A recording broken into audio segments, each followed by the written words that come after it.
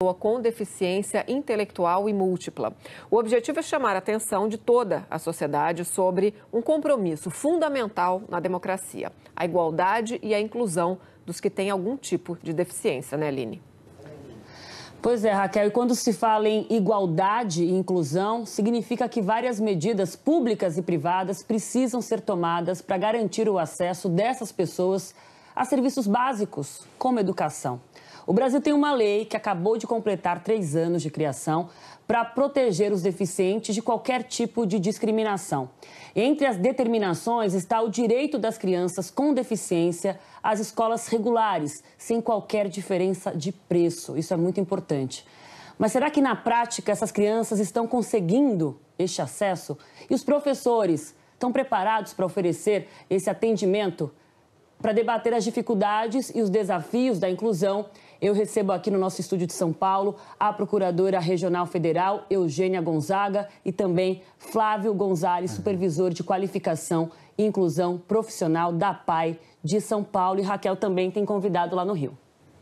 Isso, Aline, aqui comigo no Rio de Janeiro está o Ricardo Furtado, ele é conselheiro e advogado da Confenem, que é a Confederação Nacional dos Estabelecimentos de Ensino. Bom dia, muito obrigada. Bom dia também aos nossos entrevistados aí em São Paulo. Eu queria começar então fazendo a pergunta, primeiro, para a Eugênia, sobre essa questão da inclusão. Espera aí, aqui no nosso telão, né? Eugênia, é o seguinte, a gente tem uma iniciativa que foi bastante elogiada, falando sobre a lei da inclusão. Queria que você comentasse para a gente em relação aos avanços. Se de fato vieram, como é que estão sendo cumpridas essas questões na área da educação? Você que trabalha de perto com isso, né? As demandas no Brasil são quais? São muitas e elas estão sendo atendidas? As demandas são muitas e o tema já ficou bastante antigo. Essa lei brasileira de inclusão, ela veio depois que o Brasil já havia, inclusive, ratificado uma convenção internacional sobre os direitos de pessoas com deficiência. É a nossa única convenção internacional da ONU ratificada com quórum de emenda constitucional. Então, ela é como se fosse um adendo à nossa Constituição de 88. Portanto, essa luta no Brasil, em termos de legislação, ela avançou bastante. E essa lei brasileira de inclusão, ela veio repetir todos esses princípios que o Brasil já havia se comprometido a cumprir. Entre esses princípios, o recebimento da criança com deficiência em escola, não é em qualquer tipo de local que ofereça educação. É em escola comum, escola regular, juntamente com outras crianças com e sem deficiência. E essa criança também tem direito aos atendimentos especializados, como complemento e não mais como substituição, como era a regra há mais de 10 ou 15 anos atrás. Flávio, que essa ideia de que, então uma criança com algum tipo de deficiência tem que ter uma educação especial. Não, esse conceito ele não é chancelado por vocês, né? Educação especial é um complemento para trabalhar as particularidades dessa escola, dessa criança e desse aluno. Mas a escola regular, ela é um direito e vem antes, inclusive, desse atendimento, entre aspas, especial. Sim, perfeito. Na verdade, são direitos concomitantes, né? A pessoa com deficiência, a criança com deficiência, ela tem o direito ao atendimento educacional especializado, porém, dentro do contexto do ensino regular. Né? A PAI de São Paulo, por exemplo, há 10 anos, fechou a sua escola especial, acreditando realmente nessa questão da educação inclusiva, que, como foi colocado, é um direito, né, não só da pessoa com deficiência em si, mas de todas as crianças, porque também conviver com pessoas com deficiência também traz um desenvolvimento muito grande para os demais alunos.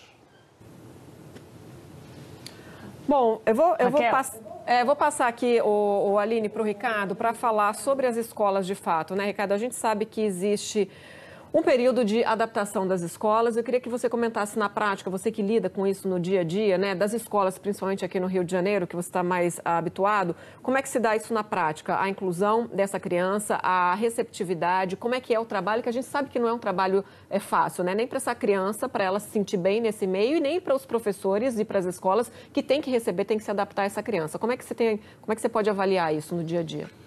Raquel, volto de novo a agradecer o convite de estar aqui. Um bom dia a todos em São Paulo também, a todos que nos ouvem. Na realidade, nós tratamos com a educação particular, que é a Confederação Nacional de Estabelecimentos de Ensino, e a Confederação sempre preservou a educação como um direito essencial, ou seja, para o crescimento do ser humano e sua inclusão na sociedade.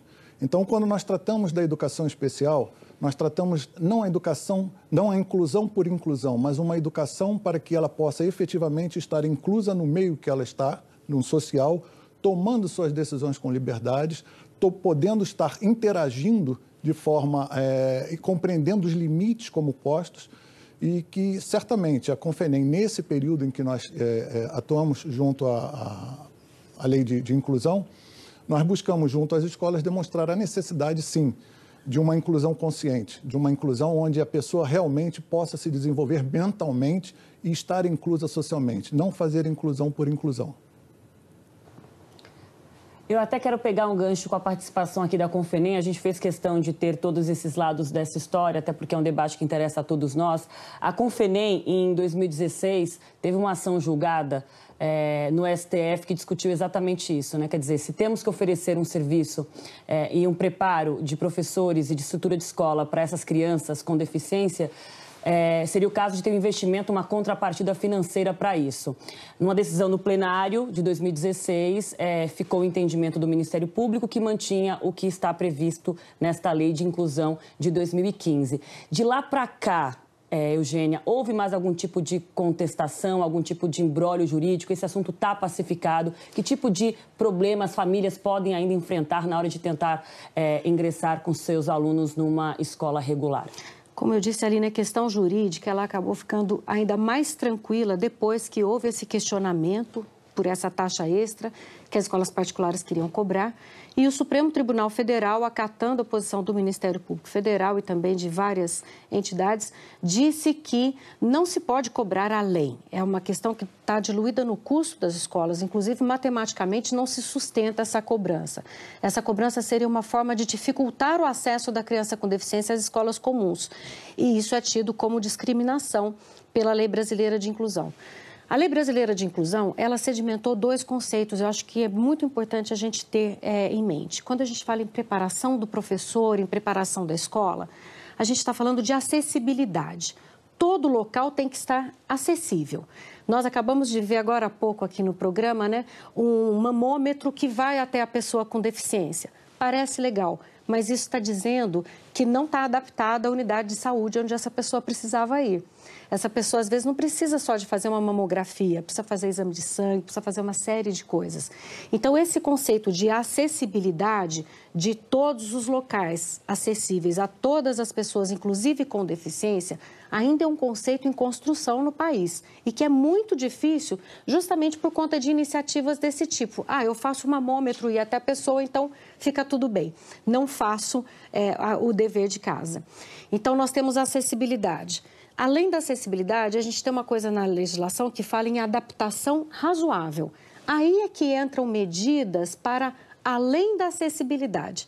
Então, vamos imaginar que todas as unidades estejam acessíveis, com toda a parte arquitetônica ok, mas alguém com deficiência está extremamente adoentado, então o aparelho vai até ele. Isso, então, não é acessibilidade, é a tal da adaptação razoável. Onde eu quero chegar com isso? Que as escolas dizem, eu não me preparei, muitas vezes. Então, elas não fizeram a sua adaptação, não fizeram a sua acessibilidade. Pela Lei Brasileira de Inclusão, isso é considerado discriminação. Está expresso na lei. É considerado discriminação, inclusive a recusa de adaptação razoável. Bem, depois dessa lei, depois dessa decisão do STF, que foi muito firme quanto ao direito à diversidade, nós ficamos mais tranquilos, mas isso não significa que a questão está resolvida. Existe um movimento atual no sentido de se refazer a política que nós comentamos agora, de educação especial na perspectiva de educação inclusiva. Ou seja, se for para fazer o ensino especial, tem que ser dentro do contexto inclusivo. Atualmente está em andamento uma série de audiências públicas no Ministério da Educação, querendo de novo o contrário. Aline, vou passar aqui para o Ricardo, que justamente é da Confenem. Queria que você desse a oposição, então, se a Confenem, em relação a essa ação de exigir, né, uma contrapartida, porque tem um custo extra para receber esse aluno, e como é que funciona na prática, porque pela lei não poderia.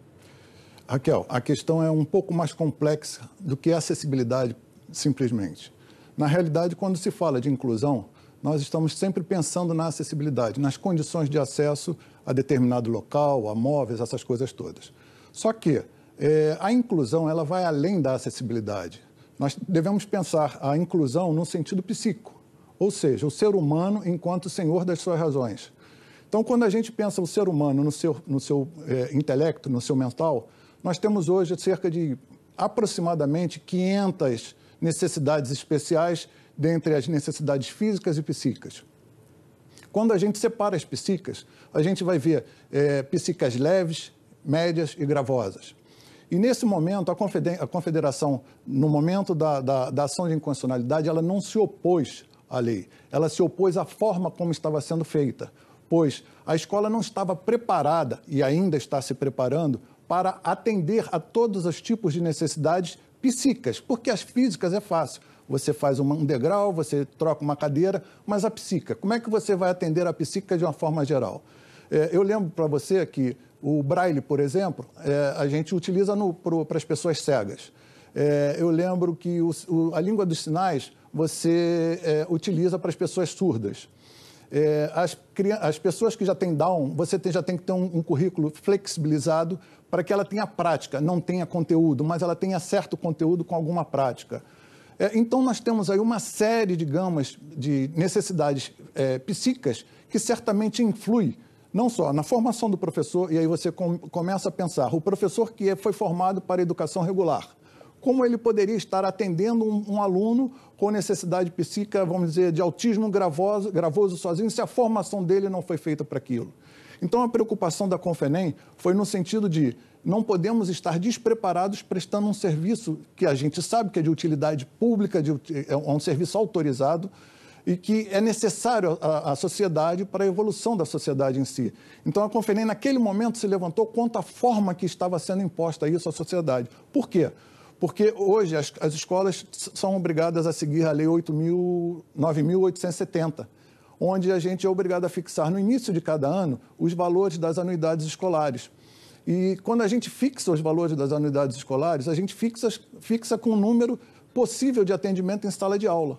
E sala de aula regular, base comum curricular, um professor com base para todo mundo. Então, não há custos além daqueles. Quando a gente pensa nas necessidades psíquicas, a gente já está pensando numa pessoa de auxílio dentro da escola, nós já estamos pensando numa necessidade de adaptação de currículo, nós já estamos pensando numa necessidade de adaptação de material didático-pedagógico para a sala de aula. E aí isso teria que ser diluído para todos, só que isso poderia aumentar em muito a mensalidade o valor das anuidades. E foi nesse momento em que a Confenem se opôs em razão da forma como foi colocada para a sociedade. Ricardo, muito obrigada mais uma vez. Eu queria aproveitar essa fala, então, do Ricardo com relação ao investimento que vem sendo feito por parte das escolas para conseguir atender o que está previsto em lei. Ele disse, a estrutura física é mais fácil. Agora, a estrutura psíquica, né, emocional, o preparo desses profissionais da escola para receber esse aluno leva mais um tempo. Isso gera, assim, um investimento financeiro. Ele falava ali do desafio de diluir esse investimento por todos os alunos, geraria um custo aí maior de mensalidade. Flávio, vou aproveitar, então, a tua experiência na APAE, que tem ali profissionais, inclusive voluntários, que são preparados para lidar com essas pessoas, crianças, jovens e também adultos, né? O quão complexo é esse preparo e como é que a gente pode entender o tempo necessário para essa adaptação? Perfeito. Primeiro é importante dizer que nós temos que caminhar para um conceito de escola para todos, né? Você não pode pensar a educação como se nós tivéssemos duas categorias de pessoas, né? Pessoa A, B ou C. Quer dizer, a ideia do desenho universal. Ou nós pensamos a cidade para todas as pessoas, ou senão nós vamos sempre ficar nesse dilema, o que é regular e o que não é. A diversidade humana, ela é uma característica da humanidade. Nós temos que dar conta dessa diversidade e impedir essa participação é um ato discriminatório, né? Com relação a isso, também é importante colocar que quando a gente fala de acessibilidade, a gente fala num sentido amplo, né? Não estamos falando apenas de acessibilidade arquitetônica. A acessibilidade, ela pressupõe os apoios que a pessoa precisa e que muitas vezes não demandam, na verdade, aí falando de uma experiência da APAE de São Paulo, não demandam, na verdade, grandes investimentos. Demanda, muitas vezes, a superação de barreiras, né? Nós temos como foi colocado, barreiras arquitetônicas e outras tais, mas temos também as barreiras atitudinais, as dificuldades que todos nós temos enquanto sociedade de lidar com a diversidade humana. E muitas vezes, em nome de questões de investimento, de não estar preparado, dificuldades outras, na verdade se restringe a participação das pessoas e nossa experiência mostra.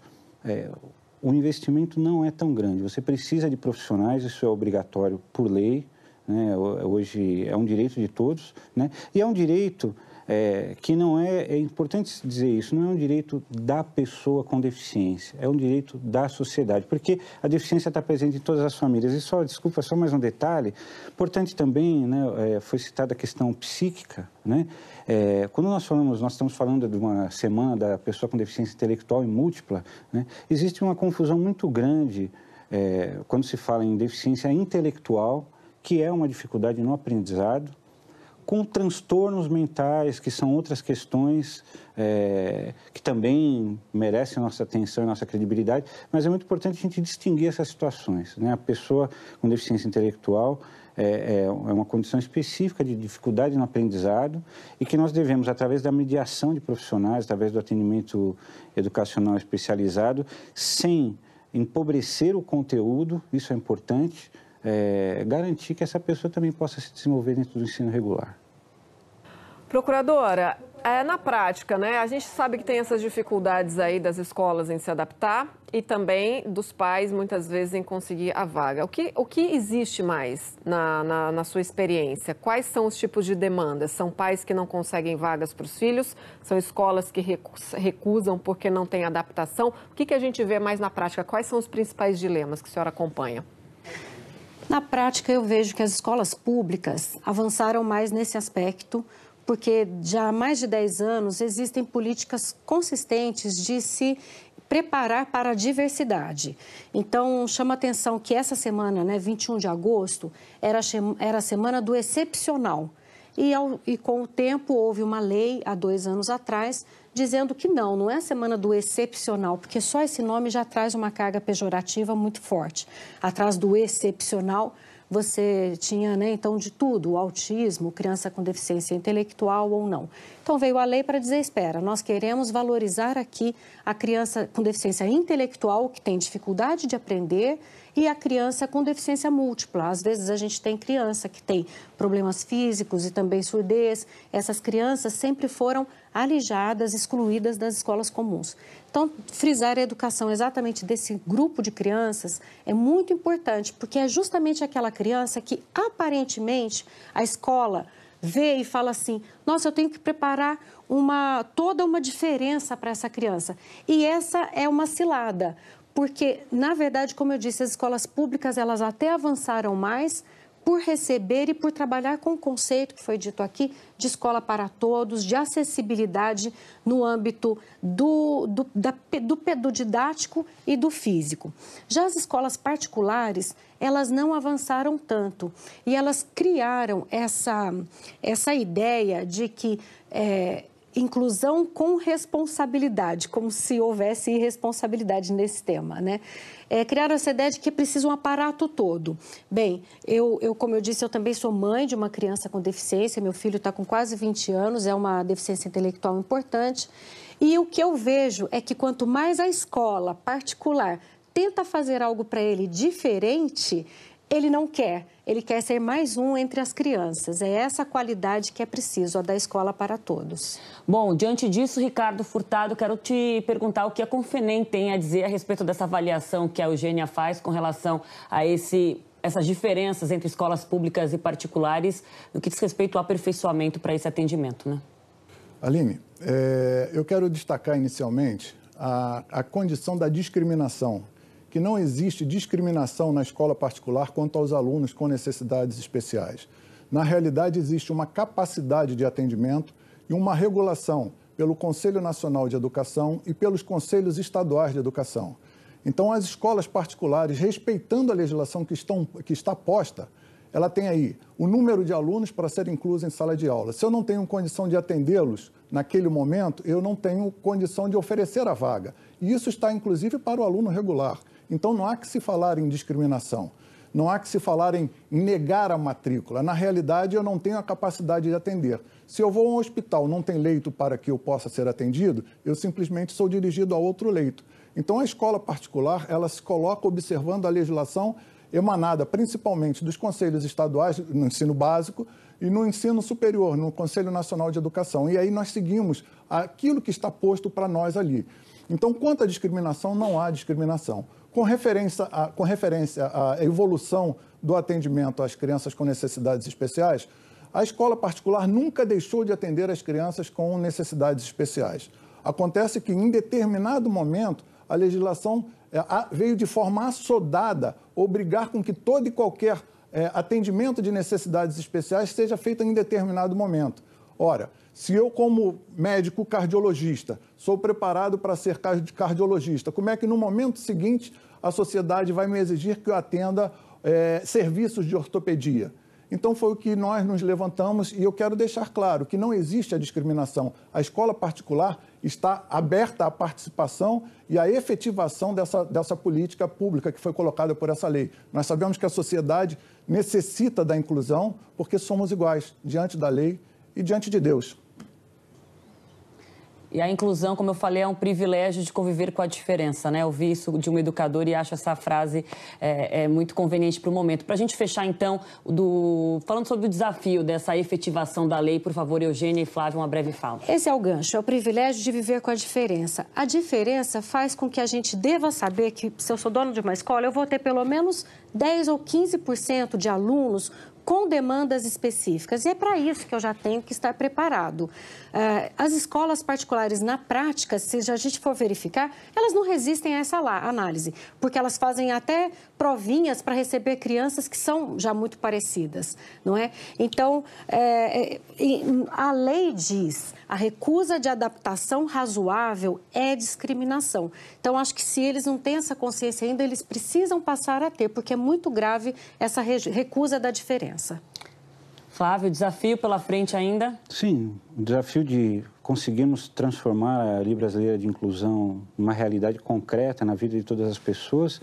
Falar que, como nós, como a PAI de São Paulo, né, que há 57 anos atendemos a pessoa com deficiência intelectual, tivemos essa coragem de cortar na própria carne, né, porque nós fomos talvez uma das maiores escolas especiais do Brasil e espontaneamente tomamos a iniciativa de fechá-la, acreditando que nós temos que avançar com a sociedade, né? A educação especial teve um papel importante na história da educação no Brasil, mas nós avançamos. Hoje nós temos a certeza, a convicção de que toda pessoa precisa viver em sociedade junto com todos. Olha, queria agradecer muitíssimo, falaríamos aqui por muito mais tempo, o assunto obviamente merece essa atenção. Eugênia Gonzaga, Procuradora Regional Federal, Flávio Gonzalez, Supervisor de Qualificação e Inclusão Profissional da PAI de São Paulo, que é uma referência neste assunto. E, Raquel, muito legal contar também com a Confenem, que é uma parte importante nesse debate, né? Sem dúvida, o Ricardo Furtado, que aceitou gentilmente estar aqui com a gente para debater, ele que é conselheiro e advogado da Confenem, que é a Confederação Nacional dos Estabelecimentos de Ensino. Esse assunto ainda renderia muito mais, a gente conta com a sua presença por uma próxima vez. Muito obrigada. Obrigado, Raquel. Obrigado, Aline. Obrigado a todos. Muito obrigada, gente. Obrigada, Ricardo. Outros países também têm políticas para pessoas com algum tipo de deficiência intelectual ou cognitiva. E é possível trocar ideias sobre como lidar com essa parcela da população. A gente fala sobre esse assunto agora com o Leonardo Monteiro. Ele está em Lisboa e está com o secretário de Estado da Educação em Portugal, o João Costa, e vai falar para a gente quais